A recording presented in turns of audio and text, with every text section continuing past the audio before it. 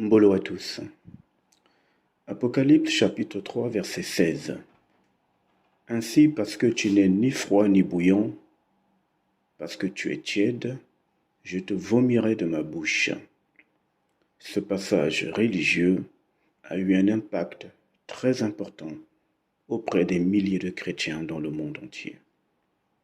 Aujourd'hui, je vais vous en parler sur un plan totalement occulte. Alors, il est dit, parce que tu n'es ni froid ni bouillant, je te vomirai de ma bouche. Dans les précédents enseignements, je vous ai révélé, du moins je vous ai montré, que la planète dans laquelle nous vivons est non seulement une prison, mais elle a été façonnée par des entités venues d'autres dimensions. Vu que ce sont eux qui ont façonné cette terre et qui ont créé la matière que nous appelons le corps humain, ils ont donc eu le temps d'écrire l'histoire exactement comme ils le désiraient, comme elles le désiraient. Ce sont des entités. Et donc, dans l'histoire qu'elles ont écrite qui concerne, entre griffes, l'être humain, elles ont donc mis des scénarios pour nous pousser à nous orienter dans un chemin précis.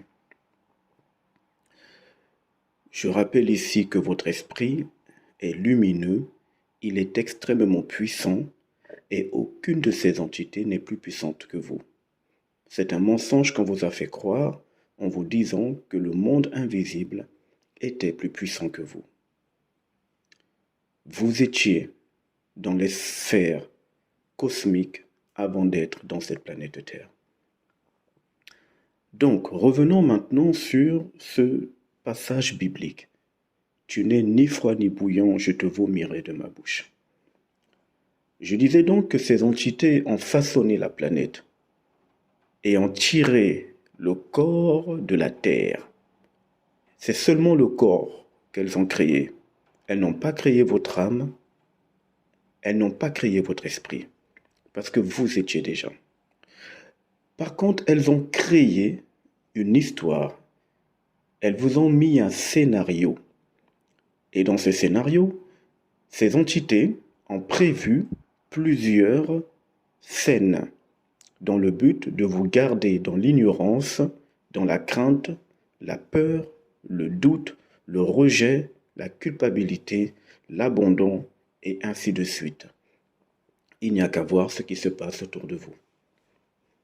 Lorsque vous prenez conscience que votre esprit est une puissance réelle et que votre âme est un noyau merveilleux, vous commencez à sortir du piège de la manipulation et de l'ignorance.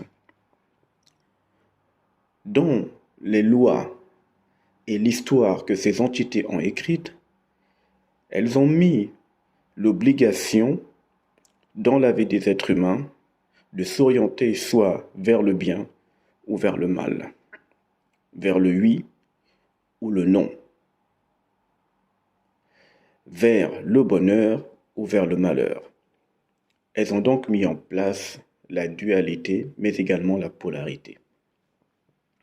Sauf que la vérité à laquelle l'humanité a été habituée à s'orienter, toujours la recherche de la vérité, qui dit vérité dit forcément mensonge, c'est une même pièce. La vérité n'est pas du tout la réalité. Lorsque vous êtes devant un miroir et que vous vous regardez, ce que vous voyez dans le miroir n'est que le reflet de votre corps physique. Donc ce que vous voyez dans le miroir est vrai, mais ce n'est pas la réalité. Puisque vous n'êtes pas dans le miroir, vous êtes à l'extérieur du miroir, vous ne faites que regarder votre reflet. Le reflet, ce n'est pas vous. Mais pourtant, ce que vous avez vu est vrai. Et lorsque vous êtes dans une scène de théâtre, en train d'assister à un spectacle, les décors que vous voyez, le jeu des acteurs que vous regardez également, tout ceci est vrai, puisque vous voyez le jeu des acteurs ainsi que le décor. Mais étrangement, quand le spectacle est terminé et que les acteurs partent et que le décor tombe, c'est là que vous vous rendez compte qu'en fait, ce que vous avez vu était certes vrai, mais ce n'était pas réel. Ce n'était qu'un jeu d'acteurs. Il en est donc ainsi concernant les manigances et les manipulations dans lesquelles l'humanité a été plongée. On a plongé l'humanité dans la vérité ou dans le mensonge, alors que on leur a caché que la vérité et le mensonge sont des jumeaux. On a plongé l'humanité dans la recherche de la vérité et beaucoup croient que la vérité, c'est la réalité. Entre la vérité et la réalité, vous comprenez que la réalité, c'est ce qu'il faut plutôt ressentir au fond de vous.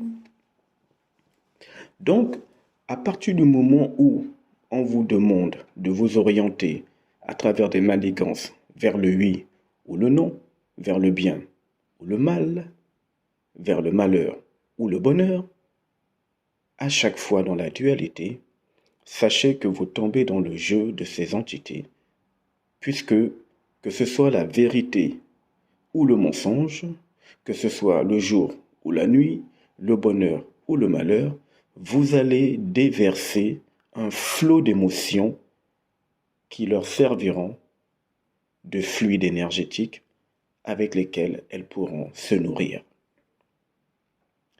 Donc, quand on vous demande d'être dans la vérité ou le mensonge, entre le oui ou le non, c'est tout simplement pour vous piéger. Qui a dit qu'être neutre n'était pas une option? Qui a manipulé l'humanité à ce point afin de lui donner l'impression qu'être neutre n'est pas une option?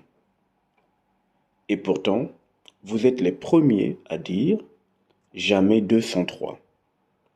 Et tout le monde sait que quand il y a un, il y a forcément 2, mais il y a aussi le 3 à côté. Vous comprenez où je veux en venir? Qui a dit qu'il faut seulement qu'il y ait 1 et 2? Il y a aussi le 3 à côté. Le 3, symbolisez cela par l'autre option. Si il y a le oui et le non, j'ai le droit d'être neutre. En quoi cela n'est pas utile pour moi? Pourquoi me donner l'impression qu'être neutre, ce n'est pas utile? Pourquoi insister sur le oui et le non, sachant qu'un oui ou un non, donc comprenez aussi par là un malheur, un bonheur, un mal, un bien, génère des émotions au bout d'un moment. Mais quand on est neutre, on n'a pas d'émotion à donner. On n'a pas à tomber dans le circuit du oui et du non. Et d'ailleurs, si vous observez encore plus loin, lorsque vous êtes chez vous et que vous voulez prendre votre douche, pour ceux qui habitent au cœur de l'Europe ou dans les pays occidentaux ou même dans d'autres pays et qui ont l'option de l'eau chaude et de l'eau froide. Si vous mettez l'eau froide est trop froide, elle est limite glacée ici en Europe. Donc, difficile de vous doucher. Si vous mettez l'eau chaude est trop brûlante, ça finira par vous causer des dégâts sur la peau. Donc, impossible de vous doucher.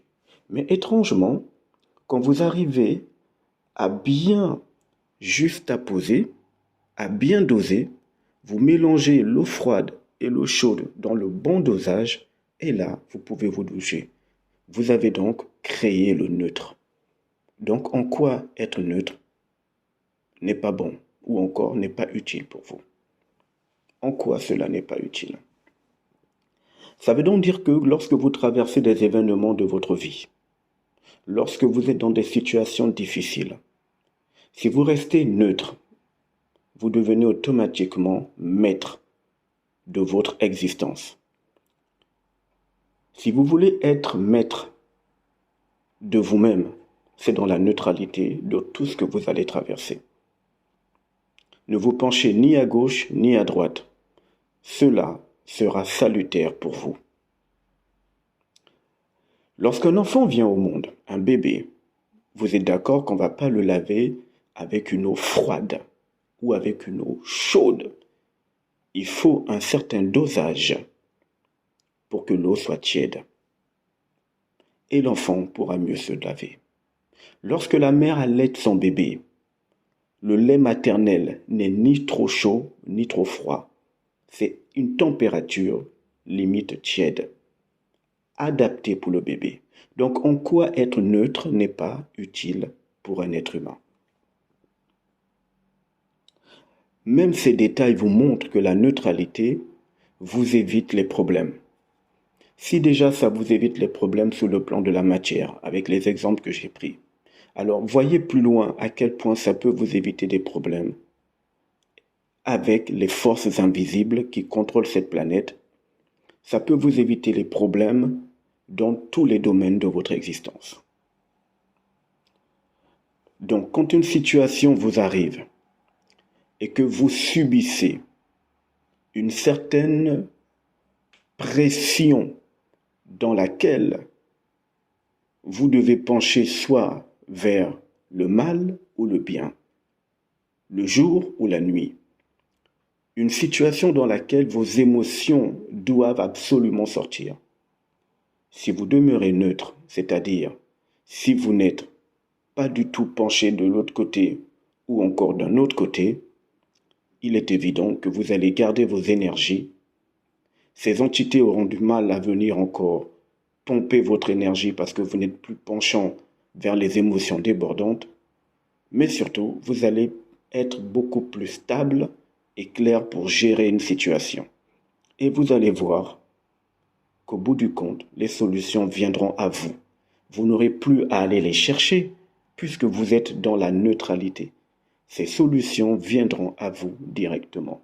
Par contre, quand vous êtes penché dans les extrêmes ou dans les émotions ou encore dans le bien et le mal, le oui et le non, le jour et la nuit, le mauvais et le bien, vous êtes donc obligé d'aller chercher à l'extérieur des solutions.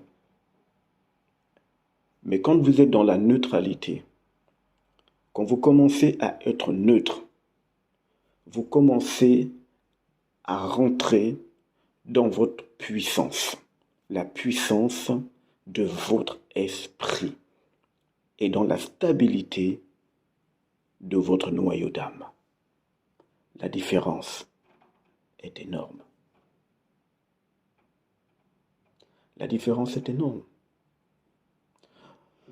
Donc, une fois que j'ai dit ça, je vais terminer avec cette petite phrase.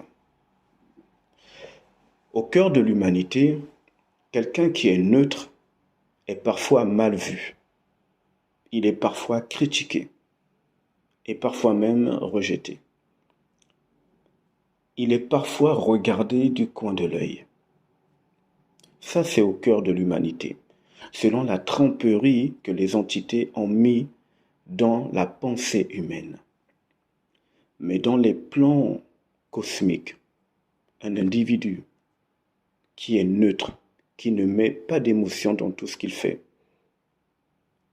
qui ne cherche pas où se trouve le bien ou le mal, quelqu'un qui est neutre commence à faire en sorte que sa lumière, la lumière de son esprit, brille et éclaire sa vie en tout point.